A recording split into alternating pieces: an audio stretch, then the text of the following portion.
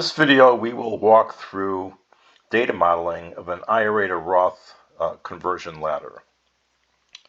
The goal of doing Roth conversions is to improve retirement savings and reduce tax burden. Looking at this sheet, let me describe a couple of the key columns. The teal columns, IRA-1, IRA-2, RMT to broker, and Roth. All these are rolling totals. The IRA-1 rolling total is increased at a 6% rate each year, and subtractions from that would be potentially RMDs or Roth conversions. Same goes for IRA-2.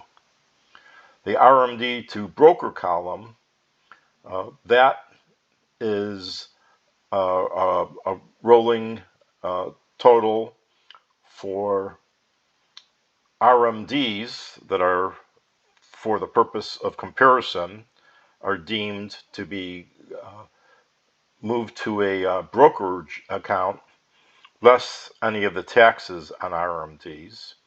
And the Roth account is considered to be the Roth contribution, if any, from year to year, less any taxes for that Roth conversion. And for this scenario, it's paid out of monies from the conversion. More on that later. So, what we see here for RMDs, if you take no action for doing Roth conversions, is that the RMDs will continue to grow over time to a point where they push one into higher and higher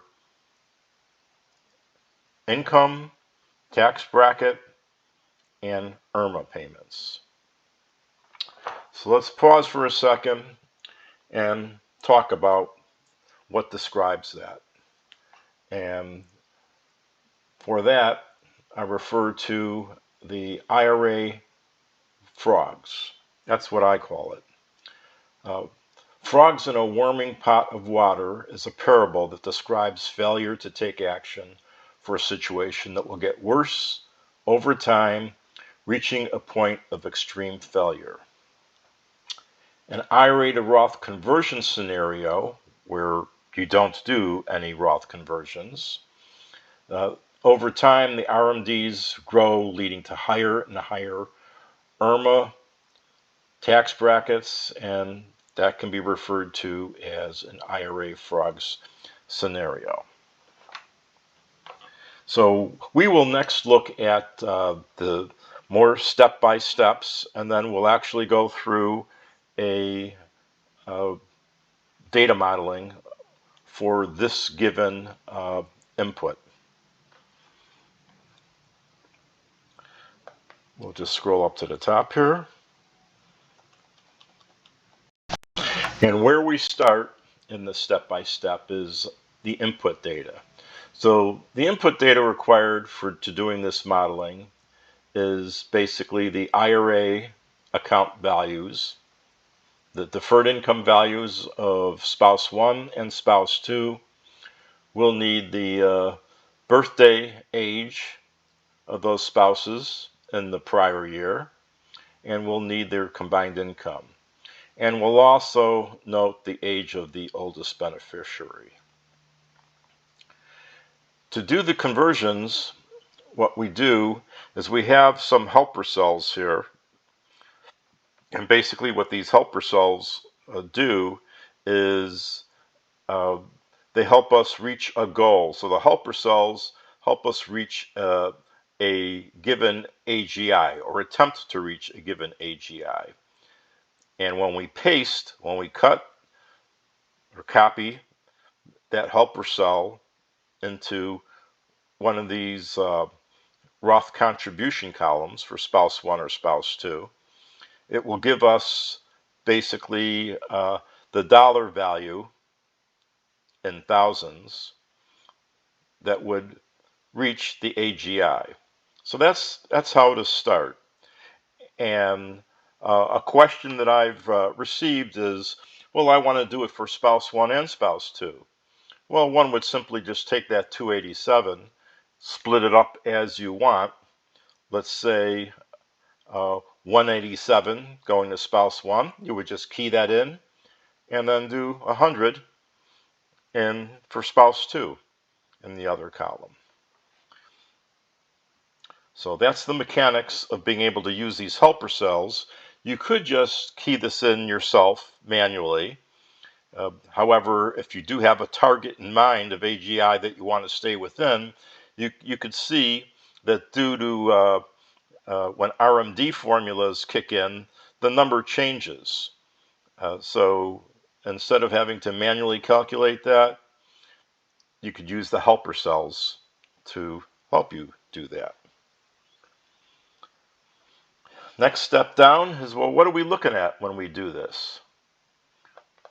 And the answer is as we paste in our numbers here to basically go through our first data modeling experience, we're comparing it to the do nothing option, which was not do any Roth conversions, which we'll refer to as option 0. And we'll compare that to our model. So as you enter numbers in here, the key field to be watching is this net of taxes number. Don't be intimidated by all the data on this spreadsheet. There is a charts column that summarizes things that make it easier to digest the information. So that's what we'll be doing. We'll be copying our helper formulas into this columns for spouse 1 and spouse 2 for their Roth conversions, and perhaps adjusting them if you want to manually split the amount of conversions between the two spouses. So you only use the helper columns one at a time, and then you would adjust as you see fit after that. So that's really step 3, is to begin modeling. Step 4 is modeling another scenario. And what I mean by that is once you model your first scenario, you'll copy that information out for that scenario, and then I'll page back here for a second, and then you'll paste it into one of these other options. So option 0, we're going to always leave that at 0 to represent the do nothing scenario. And then options 2 and options 3 give us 2 more copies of the modeling that we're doing, that we can save them, so then we can compare the different models. So that's step 3 and step 4. And then after we do that, we'll look at the charts tab to compare that. After we complete that first round, that should help us understand the opportunities of what our first goal was: improving retirement savings and reducing tax burdens, by looking at the different numbers here to see which ones gave us a larger size in portfolio values, less tax burden compared to the option 0 method. Next up, we'll do, at this point, you would be able to identify which option might be right for you. Or you might do some additional modeling to see if you could even improve on the initial numbers that we came up with. After that, you'd want to do some modeling to see, well, what about the passing of a spouse? Well, if a spouse passes, the year after, the survivor is in a different tax bracket. So that also provides insight to see.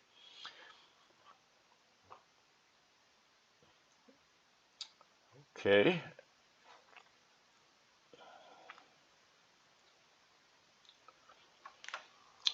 And last, what we'll do is we'll look at, okay, well, after you've begun moving things from your IRA accounts to brokerage accounts and Roth accounts, it may make sense that in your Roth accounts, you're going to be more aggressive with being in equities than to being in fixed income.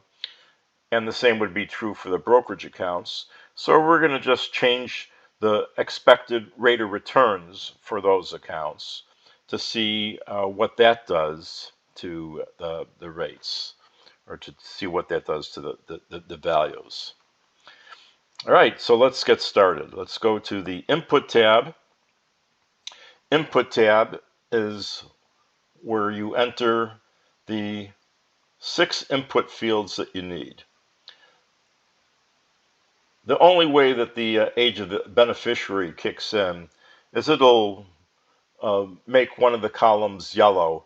It would be helpful to know that when is your beneficiary going to be hitting age 63, so you sort of have an idea of if that's when both spouses pass and monies were to flow to them, and now they got to start paying their monies out within 10 years, how that could affect them.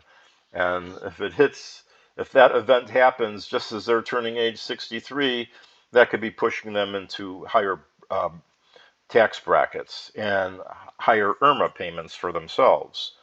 So that's where, as you do the modeling, looking at the opportunities or the impact of reducing the IRA values. So let's get started. Let's jump over to the IRA to Roth tab. The fields up here came from the input page. And let's start out by doing some modeling. So what I'll do is, at the top here, I have some data modeling starting points. So based on the size of your portfolio, perhaps these are the upper limits that you want to hit, and then what you might want as your lower limit, meaning you want to have at least that amount for your AGI that you're trying to target. So we have that field selected. Control C. Let's just copy that down to a few columns here. Paste. And let's say that you've decided that when you start taking out or doing your Roth conversions, now that we see the amount that you would take out as 287, if you wanted to stay within that 383 limit, let's say 187 was for spouse 1 and 100 was for spouse 2. So you could just overkey it. Keying in the numbers manually is certainly an option. So what we're attempting to do here is we're going to look at our IRA columns here, and we want to convert some amount of this. So what I'll show you here is I'll just copy this out here, and I'm going to overshoot here. And by overshoot, what I mean is I start doing modeling, but I model doing Roth conversions at an amount that we don't even have in the IRA column. So what that means is we can't do that. We can't, if this goes red, it means you attempted to do conversions larger than the amount of cash that you have in your IRA. So we're going to just make some of those back to 0. And we're going to do it until we see our numbers, until we get rid of all the red there. Okay, so we managed to do that. And now that we did that, immediately we could look right here now and see that option 0, we're already $1 million better in net of taxes from doing nothing on there. Now, granted, this is for a $3 million deferred income portfolio, but that's what we're looking at here. That's what we're watching on there. So now we want to increase our incomes here, perhaps, and let's draw it down a little bit by taking perhaps the 200 one. Control C to copy it, and let's copy that down some number of cells here.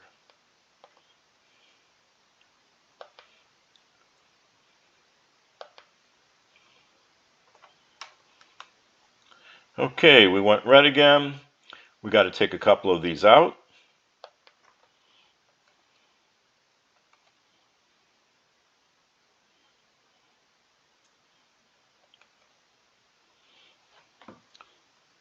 All right, and Control C.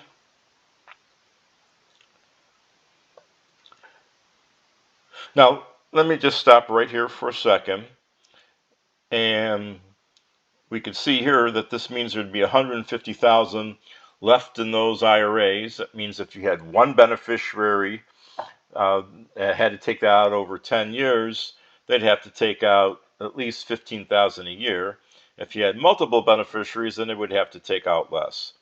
So you could consider that and think about that beneficiary and what tax bracket they're in. So if your beneficiary were a doctor and they're going to be in the 37% tax bracket, then you might want to continue to try and whittle these down, even farther. And we also want to have our bottom be a little bit higher than here. So let's take some monies out for spouse 2. Control C. We'll paste that in here. So 99.89. Paste. We can see it reduced that a little bit. Let's undo this last one here.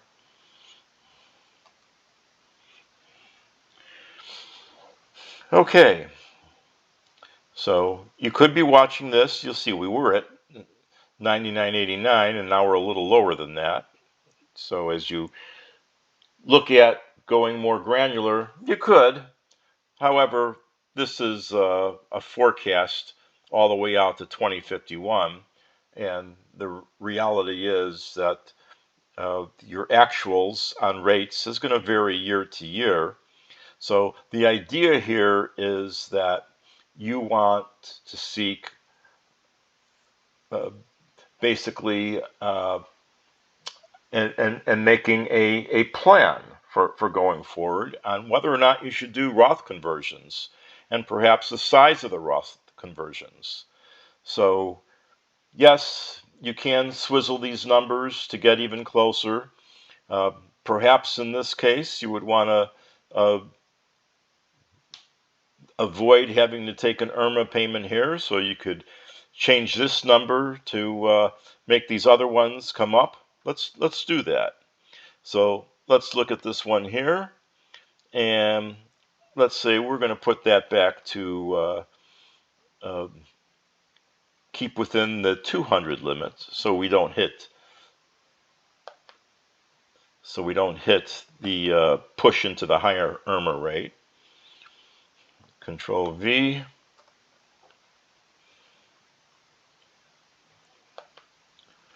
Control V.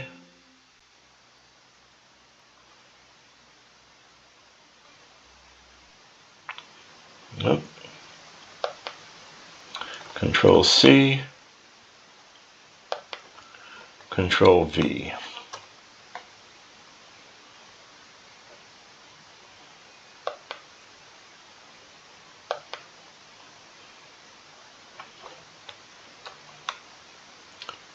I'll get it this time.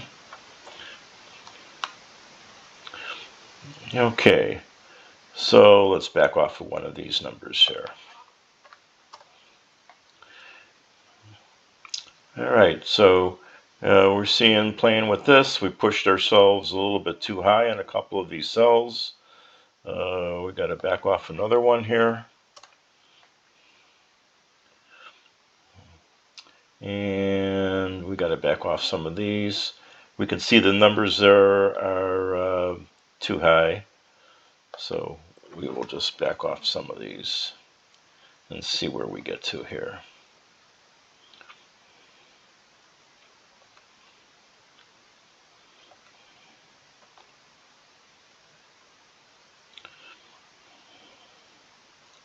Okay, so we could see 205, we got to make this slower. We could just key in some numbers here to make it within the numbers there. So we could just change that to 30. That'll get us within the number. And now we can see we still have a lot here. We have 700,000. So we got room to reduce more here. So we could just start taking this to 30, 30, 30, 30.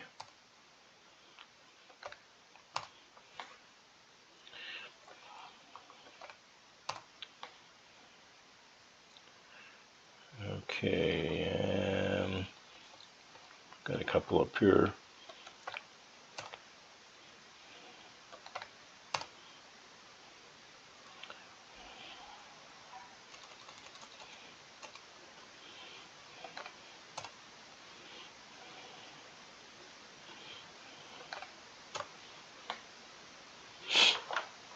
Okay, so now that we did that, we'll copy this out here. And when we come over here, you really want to do a paste special here because we're going to need to paste the values in for the calculations. But let me show you what happens if we don't do that. If we do that here and we just do our Control V to paste, it turns the heading here red as a reminder that you're really supposed to do a paste adjusted values. So we're going to just fix that here now, and we're going to do our paste special again, and we're going to choose our values and paste that in.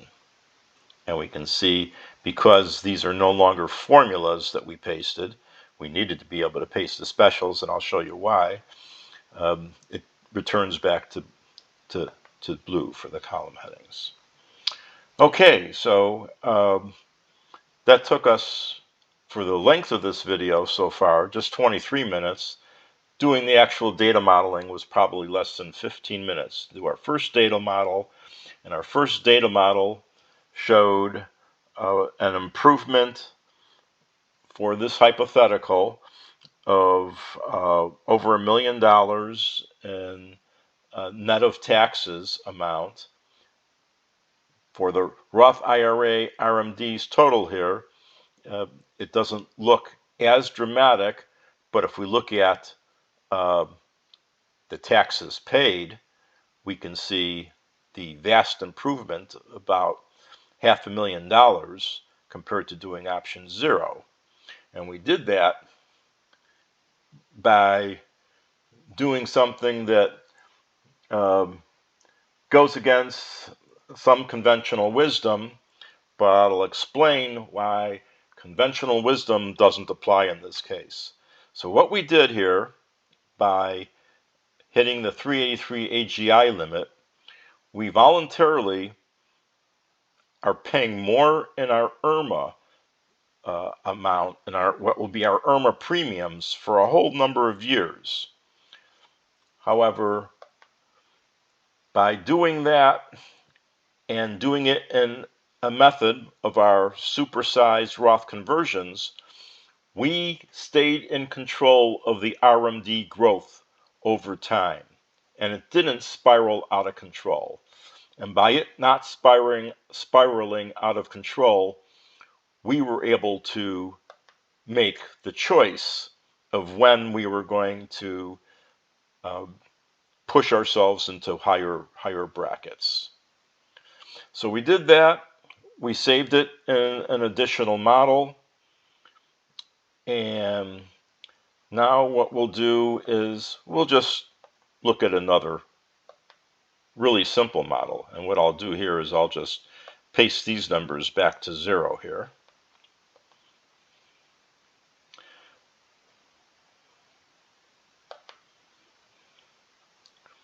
Okay, so pasting them back to 0 gets us back to that do nothing option 0, and we can see here that we're now back to, our model is back to what it is as if we did nothing.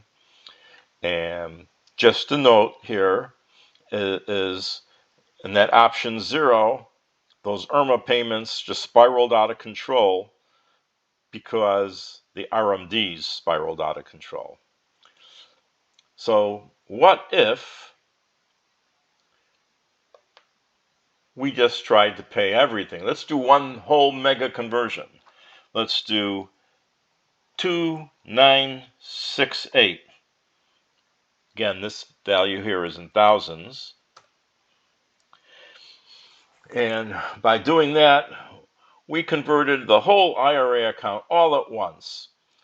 Here, it may at first glance look prettier, and in fact, the IRMA is going to be minimized in what it's paying here.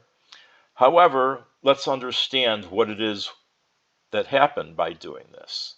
And what it is that happened is we locked in to paying taxes at a 37% tax rate.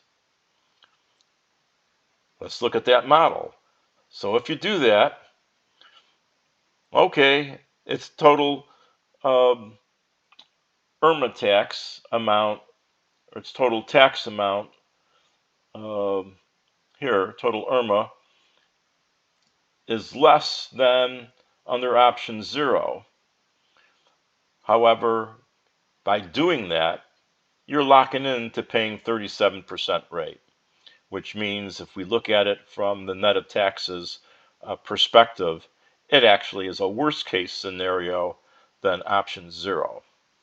So the goal is really to do laddering of your Roth conversions and stay in lower brackets as you can. So we're not going to even save this scenario here.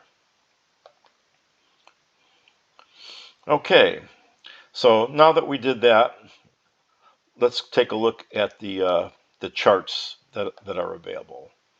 And in the charts here, we're going to do we're going to enter into one of the chart values here, so we can come to our pivot table and do a refresh.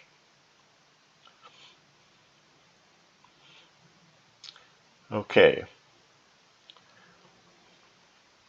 And when we look at it this way, we could see the impact. We really have the model here, which is the same as option 0, and we have option 2 here. Option 3 we haven't really done anything with.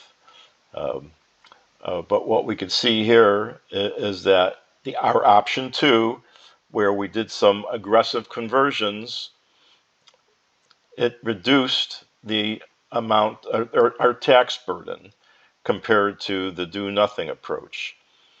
At first glance, we could see that it's a little bit better than option 0, as far as the Roths, RMDs, and IRAs values, we could increase the width of some of these columns.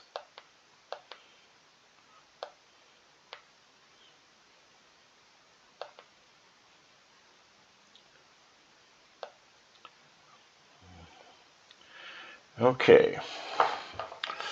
All right, so a word about this IRA after tax number here. We started out with an assumption of that at death, the IRA after tax amount was subject to someone who was in the 22% bracket. If you had someone who was in a higher bracket, we could change our assumption of the 22% bracket. But if you look at this, in that do nothing case, if you had a single beneficiary, what this is showing is at death of the two spouses, that they would have 2.5 million that they would have to take out over 10 years, which means 250,000 a year. So even if they had previously been in a low bracket, this is going to jettison them to higher brackets. Or option 2, now it's only for a single beneficiary 36,000 that they would have to do each year. So that's where it comes into going back to doing some more data modeling, and with the beneficiaries that you have planned for, the number of them, and hard to guess what their future incomes are going to be. Modeling as you go would be something that you could consider there. You might want to do some models where you attempt to reduce those IRA balances more, and that would be additional modeling that you can do.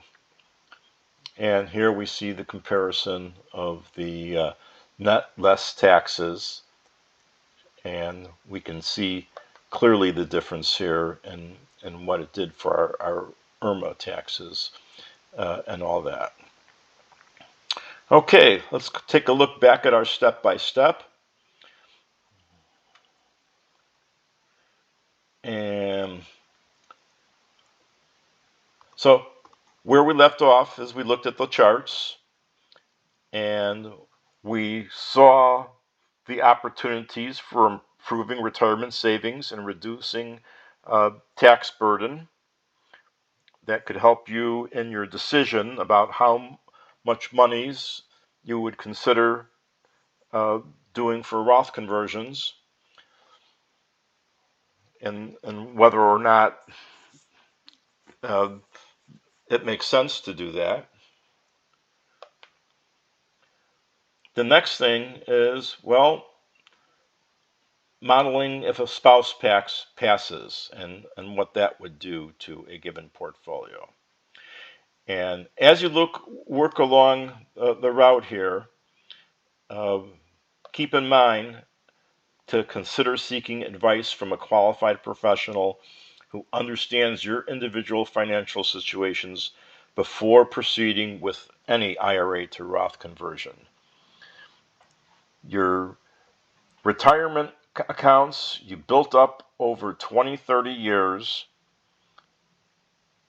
it would make sense to take the time to do some modeling and get some insights. And after you've done your homework, then you're in a position to perhaps seek advice and see how it compares to what a professional would show. So let's now take a look at that spouse passing scenario. And for the spouse passing scenario, the way we do that is we'll just come down here and let's say we have a spouse that passes at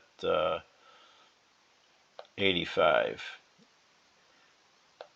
and the following year you're now single. So you can see how that would have impact going and putting into a higher bracket. And so this is our modeling scenario here. If we just page down, we can see all the other options that we did. So this, our model here was the same as option 0. Let's come down and look at option 2. So we can see that would also have impact on option 2. So with that, one might reconsider how you do, how aggressive you are, but it's worth having that understanding on there to see how that would have impact. So I'll page up here, and then finally back to our step-by-step.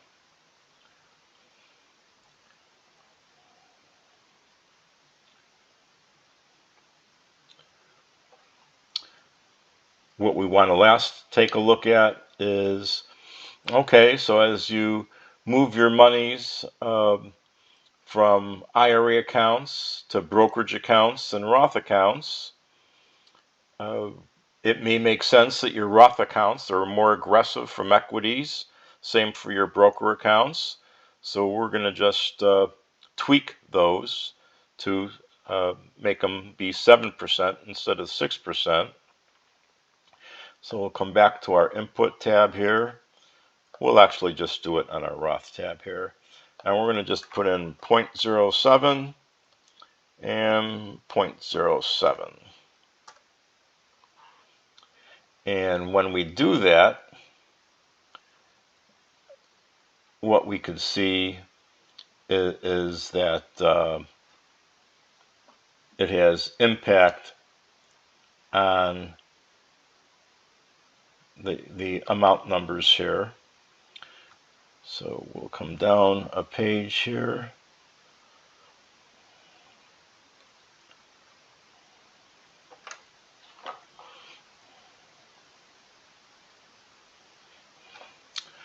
Okay. Well, we really didn't have to page down. We can see it right here. So we could see that option 2 could potentially be even of greater value than option 0, because now we're saying that the Roth accounts over its lifetime is now making a higher rate. Just to step back a little bit, to do the apples to apples comparison, leave all the rates the same. That way you're able to compare the choices in doing Roth conversions. So one more look at our step-by-step. Paging down, we're back at our starting point of describing IRA frogs as the do-nothing, pushing you into higher RMDs that result in you having to pay higher taxes, higher premiums, and do the modeling. Look and see if you have opportunities that will improve your retirement savings and reduce your tax burden. Thank you for watching this video.